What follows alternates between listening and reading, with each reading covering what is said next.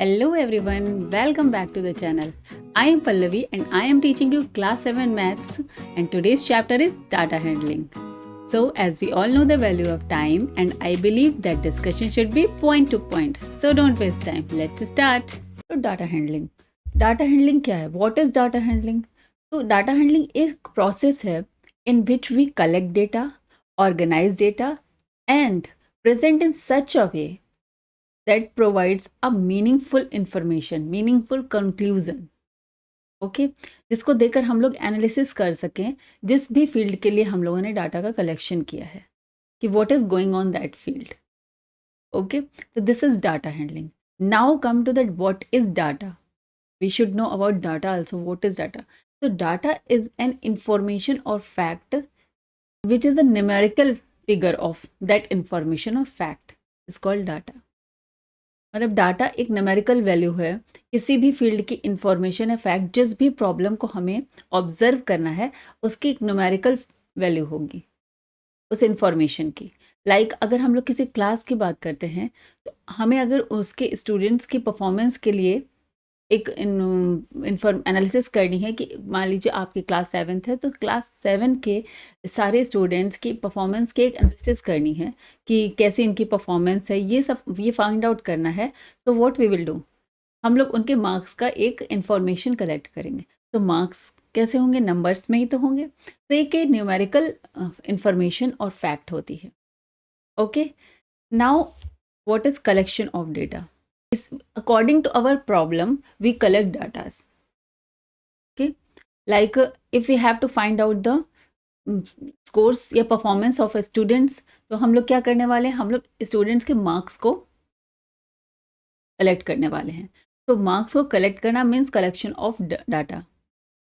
Okay अगर हमें students को हाइट वाइज कुछ ऑब्जर्वेशन करना है कि क्लास में किस हाइट तक के स्टूडेंट्स हैं, किनकी हाइट मैक्सिमम है, किनकी हाइट मिनिमम है, या एवरेज हाइट क्या है इस क्लास की.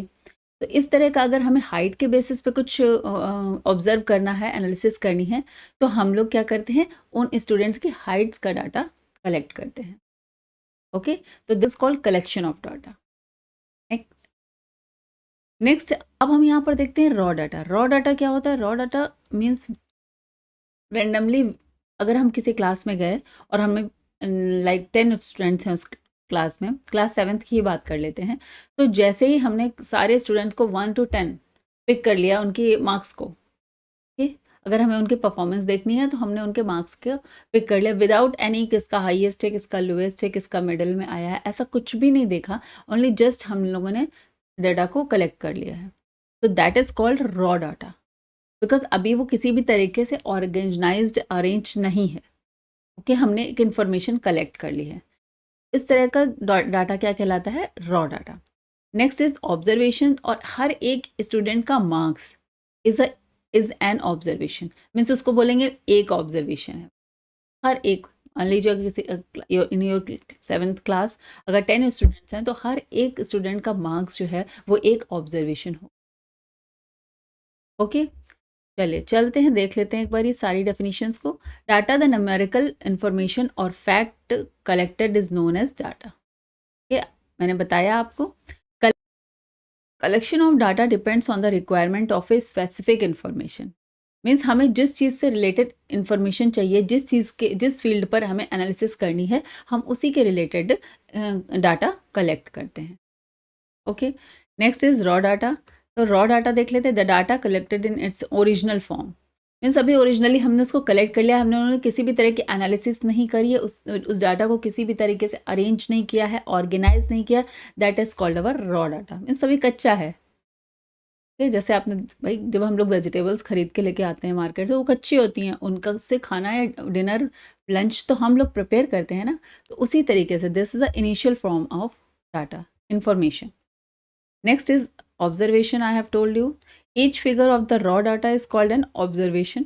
एक एक फिगर जो पर्टिकुलर होती है, जैसे मैंने अभी क्लास के एग्जाम्पल से आपको समझाया है कि जो अगर हम लोग 10 स्टूडेंट्स की परफॉर्मेंस को एनालिसिस कर रहे हैं तो पर्टिकुलर वन स्टूडेंट की जो फिगर आएगी according there marks, this is called one observation.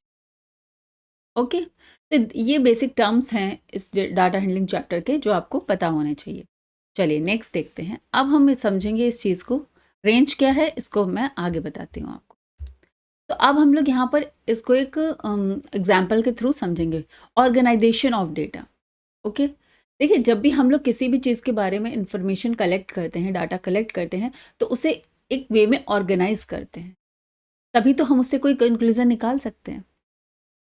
देखिए इस एग्जाम्पल से अभी तक जितने भी टर्म्स हम लोगों ने देखे हैं सब समझेंगे। सबसे पहले देखते हैं, सबसे पहले क्या हो, मैंने बताया आपको डाटा कलेक्ट करना। ओके, सो मान लीजिए ये क्लास 7th है जिसके 10 स्टूडेंट्स हैं ऑफ क्लास 7th, इसके मार्क्स का हमने डाटा कलेक्ट कर लिया है। तो these are the marks of the 10 students. Okay, now अब हमने क्या किया है, इसको सबसे पहले हमने कलेक्शन ऑफ डेटा कर लिया है। This is our raw data हो गया, बिकॉज अभी यहाँ पर कोई अरेंजमेंट नहीं है। नेक्स्ट इज, अब हम इसको टेबुलर फॉर्म में अरेंज कर रहे हैं। ओके, यहाँ पर कई तरीके से हम इस डाटा को ग्राफिकल रिप्रेजेंट करते हैं, टेबुलर फॉर्म में रिप्रेजेंट करते हैं, पिक्टोरियल रिप्रेजेंटेशन भी होता है इस इंफॉर्मेशन का। तो कई तरीके से हम लोग इसको को अरेंज करते हैं, ऑर्गेनाइज करते हैं, बट आपके कोर्स में भी टेबुलर फॉर्म है तो हम लोग उसको ही देखते हैं। तो टेबुलर फॉर्म में हमने इस डेटा को अरेंज कर दिया है। आप देख रहे हैं रोल नंबर 1 to लेकर 10 तक के सारे स्टूडेंट के यहाँ पर नाम हैं और उनके आउट ऑफ 50 उनके मार्क्स लिखे हुए हैं। ओके, ये देखिए, तो इस तरीके से जब हमने अरेंज कर दिया है तो हम यहाँ पर ये देख सकते हैं कि मार्क्स हर बच्चे के कितने मार्क्स हैं। ओके, इस तरह की इन्फॉर्मेशन हम इस अरेंजमेंट से देख सकते। अब आप टेबल नंबर 2 देखिए, यहाँ पर आप क्या देख रहे हैं, हम इस यहाँ पर क्या किया गया है, यहाँ पर मैंने हाईएस्ट मार्क्स वाले को सबसे नंबर 1 पर रख दिया है और लोएस्ट से according to their lowest marks means descending order में हम लोगों ने यहाँ पर मार्क्स को अरेंज कर दिया। तो इस टेबल से तो आप ये एनालिसिस कर सकते हैं इस ऑर्गेनाइजेशन के बाद कि हाँ यस, कि रोल नंबर 1 के कितने मार्क्स हैं, अजय के कितने हैं, अरमान के कितने। इस तरीके से आप स्टूडेंट्स के नाम के वाइज उनके नंबर्स का ऑब्जर्वेशन कर सकते हैं। और हाँ, ऑब्जर्वेशन एक मैंने बताया था, हर एक बच्चे के स्टूडेंट को की परफॉर्मेंस मीन्स हर एक बच्चे का मार्क्स यहाँ पर ऑब्जर्वेशन कहलाता है।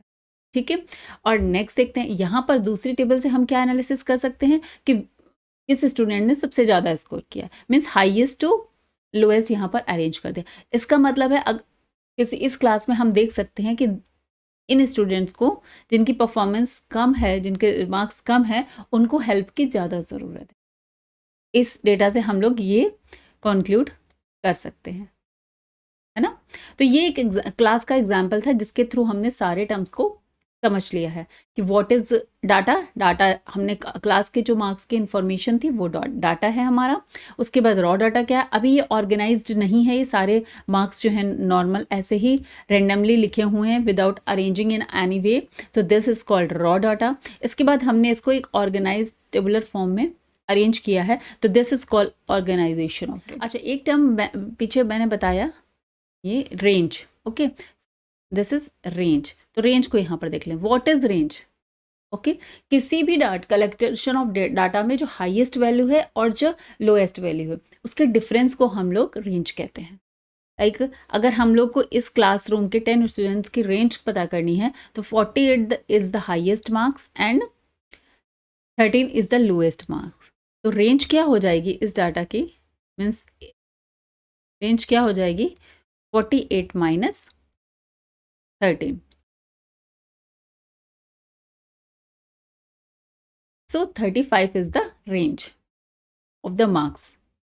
Okay, so this is called range. Difference between the highest and lowest observation gives an idea of the range. ठीक है, रिमेनिंग पार्ट हम लोग नेक्स्ट वीडियो में करेंगे। Till then bye bye, take care, have a nice day, and if you like the video please like, share and subscribe the channel. Thank you.